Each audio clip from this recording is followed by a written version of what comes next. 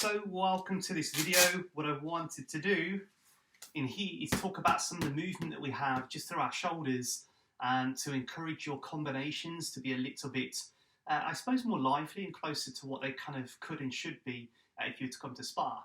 It is mainly boxing based, but a lot of the skills, as you know, are transferable to our taekwondo as well as our other martial arts styles.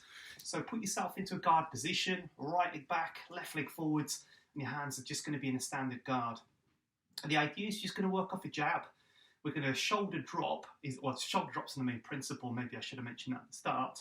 But when we start to do this, we're just looking to build a base frame around the jab and get things moving in and off that, right? So again, with the shoulder drops, pretty much it's about changing your body weight to a different side, line or angle. But what it can be to do with is faking or disguising a shot. So pretending to fire a movement before you shoot into another. What it'll do is put your body weight onto one side or over to another. It'll allow you to change your lines just very discreetly, I suppose, and set into your technique. So it's going to be jab, rear shoulder drop, jab.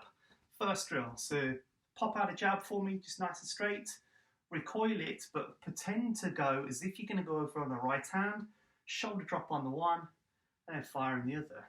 If I do it as a drill, I'm going to go 1, drop, 2, back in. That's all it is to start, right? So I'll go jab, drop, jab again. In your own time, have a play with that one. Just roll it through as I am rolling that through. Jab, drop, jab. If I'm using it as a drill like a jab, pivot, drop, jab, you can see the movement. It's the same. Single jab, drop, jab, but I can be doing it as a movement where I'm shifting my body weight to create my space angles into my target. Jab, shoulder drop, jab. Whilst we're on this shoulder drop concept, you can do it off the front side. So I could be going overhand right, pull my front shoulder overhand right. So it's pretty much the same drill, but rather than being a jab or lead hand, I'm working the back. So again, second version is to drop the front shoulder. So I go on a cross, drop, cross. 1, wow. I could be faking for a hook. Loading, no, it's gone straight in. So let me do the two variations for you, and I'll let you guys play with it. Again, just because it's quite basic as a drill doesn't mean that you guys can't add the kind of movement and the head movement and stuff just a little bit to it. But have a play with the jab, rear shoulder jab, or even the cross, front shoulder cross.